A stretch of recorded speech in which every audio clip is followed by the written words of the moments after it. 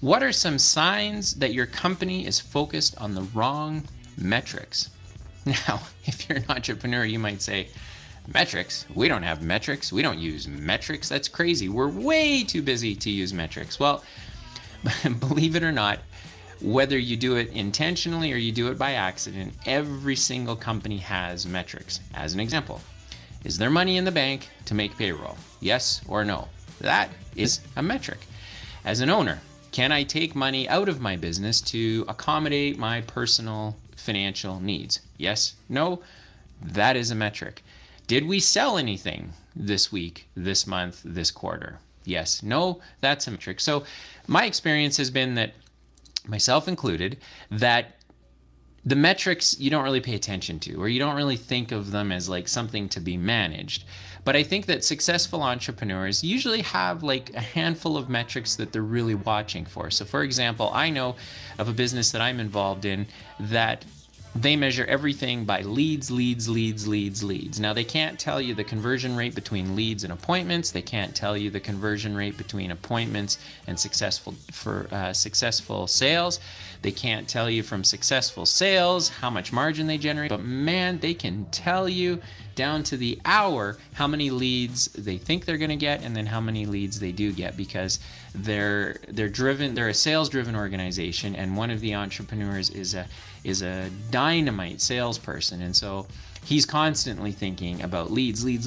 How do we get more leads? How do we get more leads? How do we get more leads? So with a little bit more work, he could come up with a few other metrics that would help him maintain profitability. And usually where this shows up, how do you know that you're focused on the wrong metrics, is when you don't have money to make payroll, so you're not really sure how you're going to pay your staff.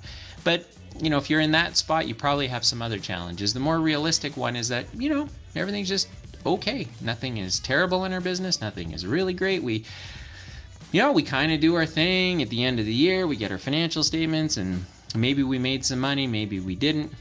That's probably a pretty good sign that your company is focused on the wrong metrics, because you're not focused really on anything.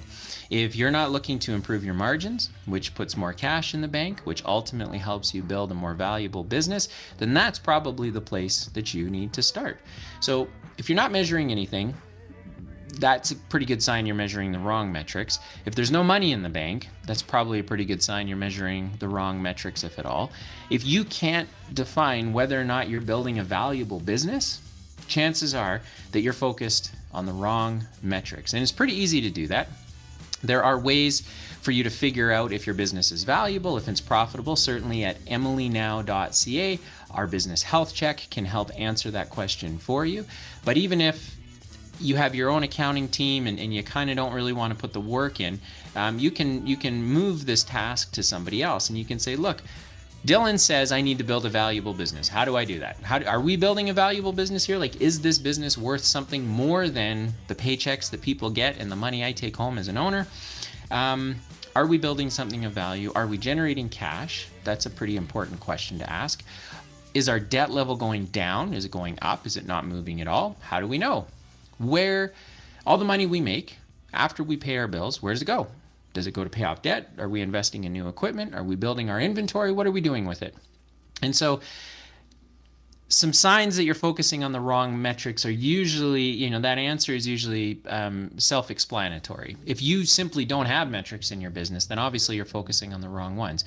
But the right ones would be metrics that help you understand that A, your customers are getting value and the experience that they have is amazing. So those metrics need to be in place, because it's those metrics that build your brand equity. Your brand equity ultimately allows your business to charge more for the product or service that it offers, and that ultimately makes your business more valuable.